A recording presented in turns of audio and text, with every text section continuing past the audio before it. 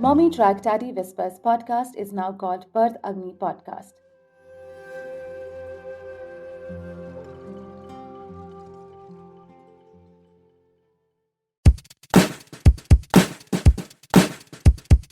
Welcome, you are listening to Mommytrack Daddy Whispers.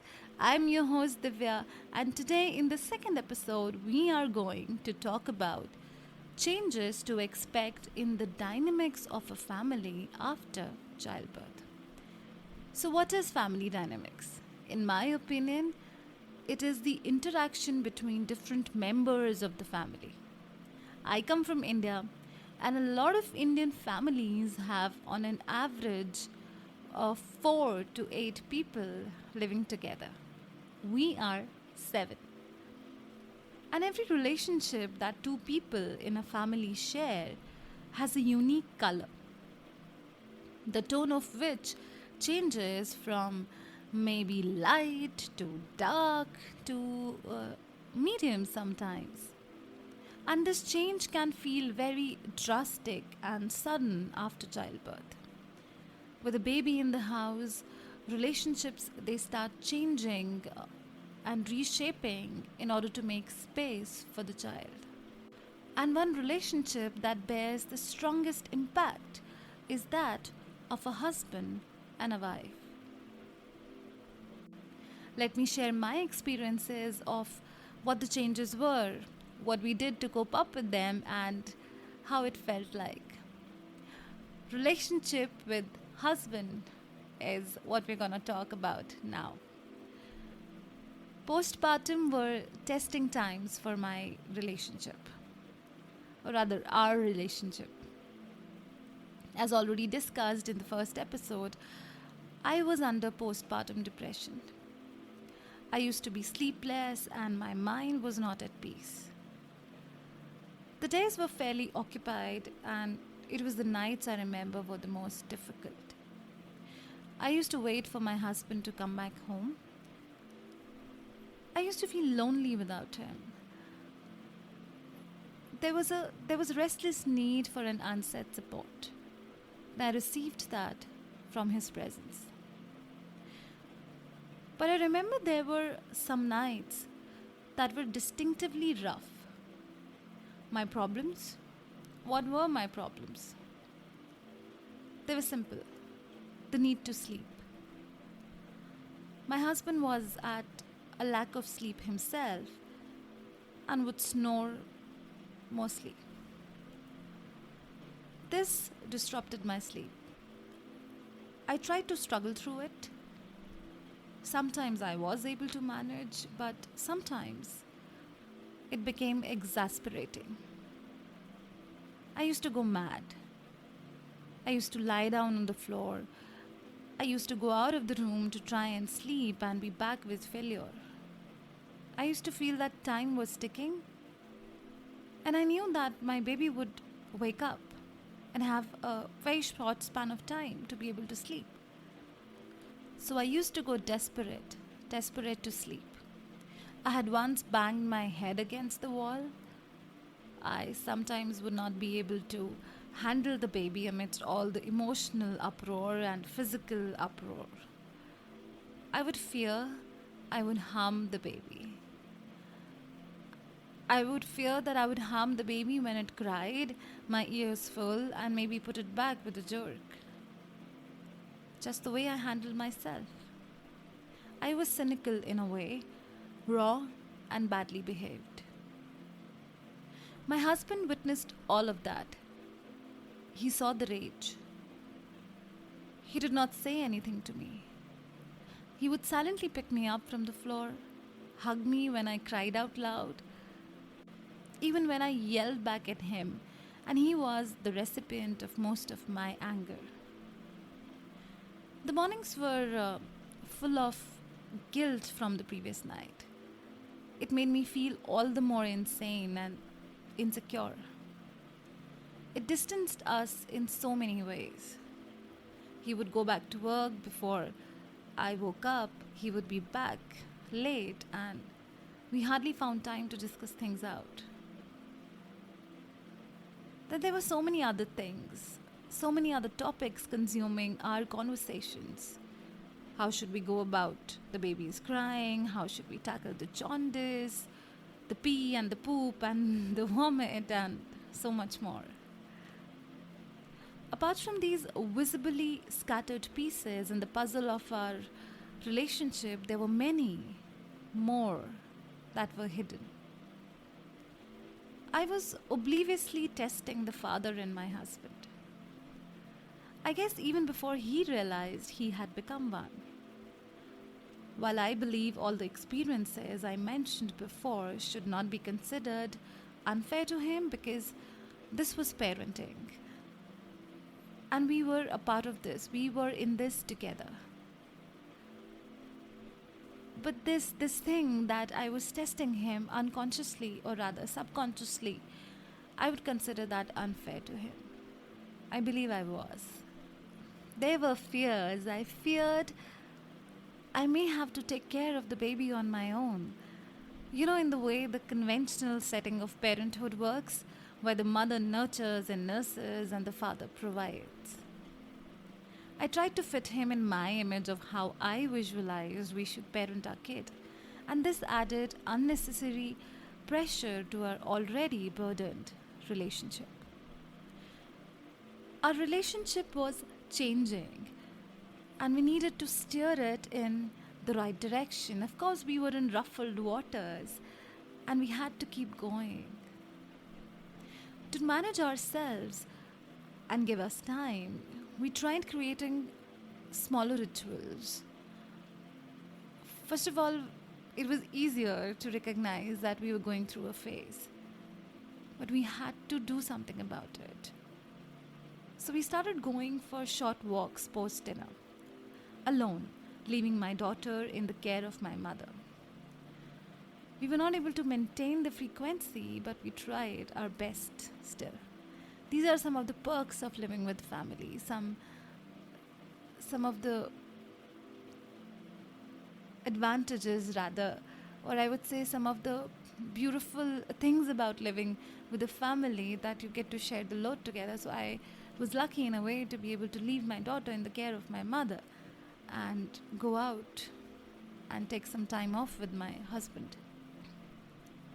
Second, what we did was that my husband would check on me and the baby after he arrived from work, before getting involved in the basic family routine. We created space for conversations and discussed our fears. We did that deliberately. This settled the ripples a bit.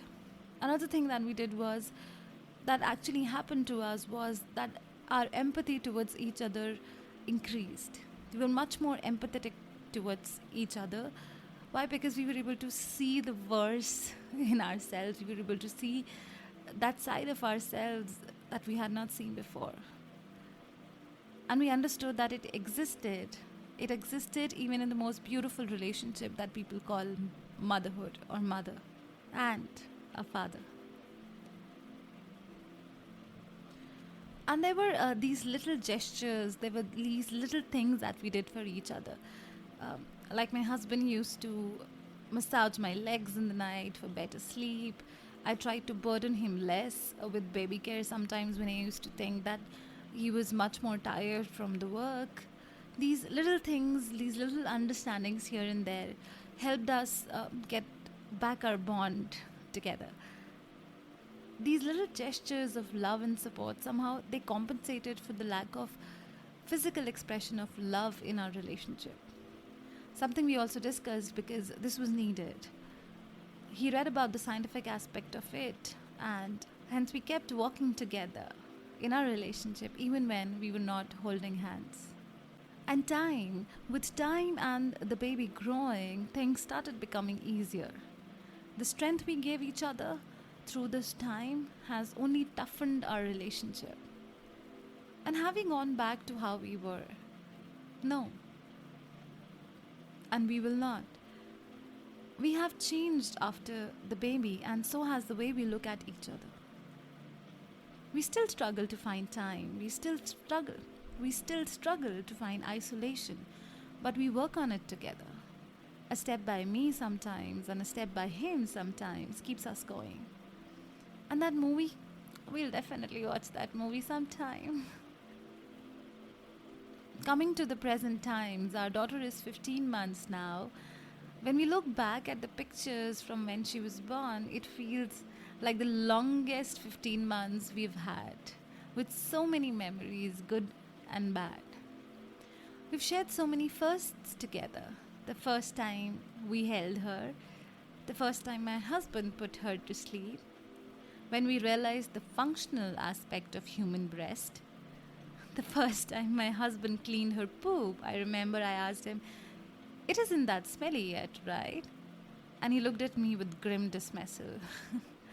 And so many more. The million little decisions together, trying to find the right balance between traditional and new, looking at life from the perspective of a newborn, trying to finish work together by sharing the load, reminding each other to reduce the screen time, examining our habits in the way they would not affect the child, creating discipline, and so much more. Our relationship has seen so much more. We have a baby now who has some of me in it and some of him and some of our extended families. We are complacent now of the fact that relationships are fluid. We might come across a trough again and come out even stronger with another promise and beautiful memories. Besides the husband and wife. And besides the husband and wife, there are so many other relationships in the house, especially when you're living in a family, they get affected. And this is something that is really deep and needs a long discussion. So I'll keep that for some other episode. In this episode, we stick to the husband and wife relationship. So that was all from my side. We now move on to the frequently asked questions section. So one of the things that I read and had my friends ask was, does physical intimacy die down after children? It does become less. In my case, it did. And there is a scientific reason to it. I would request everybody who comes across this situation to read about it. It makes things much more easier. The acceptance is much more easier. And if you want to be at it, if you want to keep together, it requires efforts as much as raising the baby is. And anybody who has made a decision, that decision of having a baby, and that is one of the most crucial decisions. And once that decision is made, it is all the more important to keep at it, to make sure that everything around you and your baby creates the perfect picture. Or even if imperfect, it's still a picture with everybody in it. How hard it is to find time post baby. I think I've covered that in the discussion.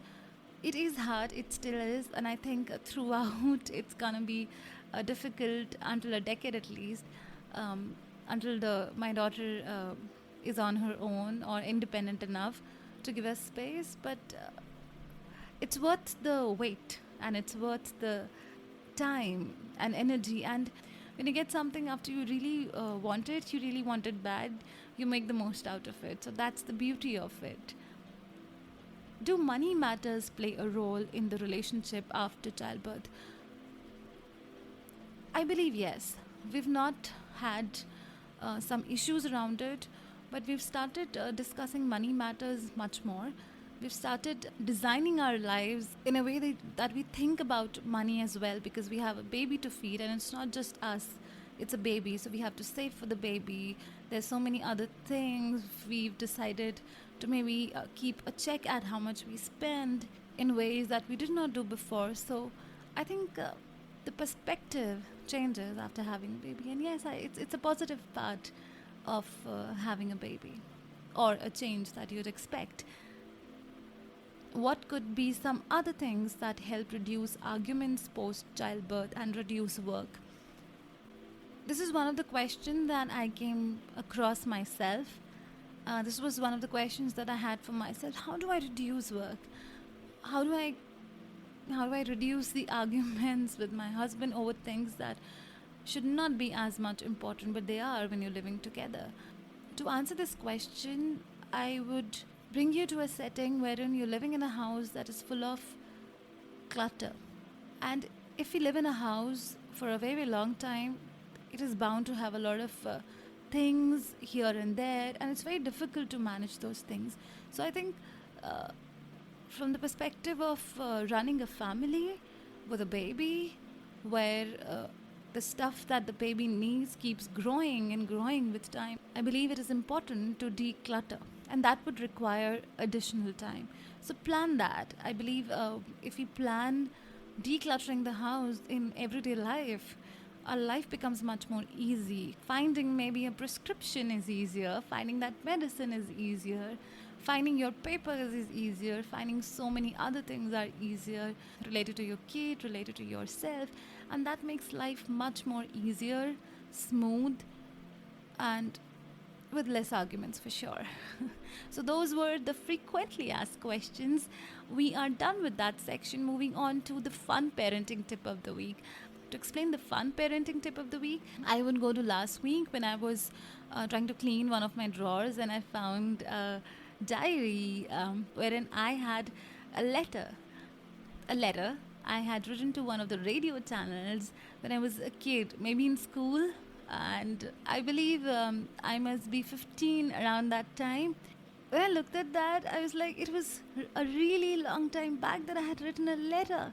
And as it happens with every parent, whenever we find something that really overwhelms us, we think, okay, we're going to get this done by our children. So I decided that when my daughter grows up and learns to read and write, I'm going to make her write those letters to grandparents, parents, and everybody else. And so that is the fun parenting tip of the week. Make your children write letters and wait for them to receive those letters in the times of social media and everything. I think it's going to be beautiful. That exercise is going to be beautiful. And with this, we end our episode. But before we go, we're going to tell you what are we going to have in the next episode. We're going to talk about pregnancy tantrums, and we're going to keep it light. So if you do like listening to us, subscribe to us, download, share our videos with your friends, and stay tuned.